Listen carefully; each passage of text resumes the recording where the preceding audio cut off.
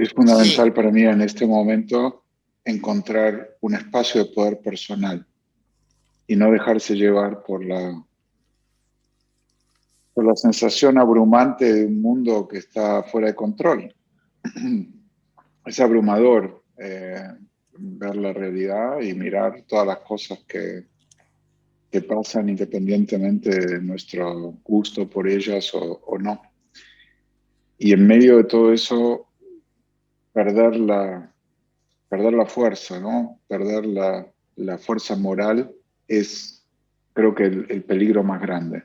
A mí no me asusta el virus, a mí me asusta perder el alma. Hay cosas mucho peores que aún la muerte, que es un fenómeno físico. A mí me asusta la muerte del alma, el perder la conciencia, el perder la humanidad. Y como dijo Víctor Frankl, a la gente en el campo de concentración la mataban dos veces. Primero la mataban como ser humano y después la mataban como cuerpo. Pero el primer asesinato era el asesinato del espíritu. Y ese asesinato era en parte con complicidad de la propia persona. Eso es lo que él descubrió, que la libertad primera y última era que él tenía el derecho de decidir cómo iba a responder y que en ese momento de decisión preservaba su humanidad. Lo podían matar igual y dice que a los mejores los mataron porque salvaron a otros o se rebelaron, hicieron algo. Entonces él reconoce que él ni se considera de los mejores, pero sí se da cuenta que aquellos que tenían la fuerza era porque nunca habían resignado su humanidad, aún frente al horror más infame que uno se puede imaginar.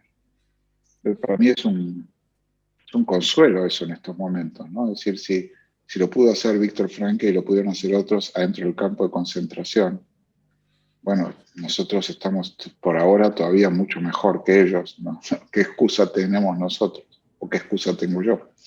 Pero no por eso quiero negar el terrible desafío que enfrentamos todos los que queremos vivir a conciencia en medio de una situación que parece preparada a propósito para generar la inconsciencia, ¿no? A veces me hace pensar en El mundo feliz de Aldous Huxley en 1984. Es como una mezcla del soma, que era la droga. Ahora tenemos drogas electrónicas, más allá de las drogas físicas.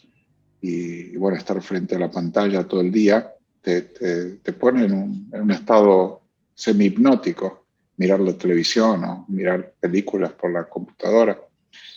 Y por otro lado también tenemos un Big Brother que nos espía permanentemente, 100%. absolutamente. Entonces, si miras esos dos libros distópicos y haces la intersección de algo no demasiado loco comparativamente o no demasiado lejos del mundo en el que vivimos. Y es abrumador eso. Entonces, mirar eso, ser testigo de eso, ser consciente de eso y mantenerse incólume como ser humano, despierto, con conciencia, y diciendo, como decían los estoicos, bienvenido al gimnasio.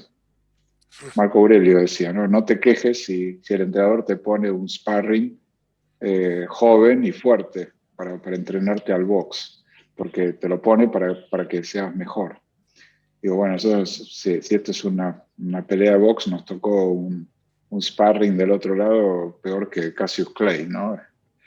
Sí, Nos tocó un flor de retador, un luchador muy fuerte, pero al mismo tiempo es también una oportunidad increíble de distinguirse heroicamente, manteniendo el corazón abierto, la conciencia, buscando el bien, no siendo sometido por los malos pensamientos o las malas emociones y saliendo adelante.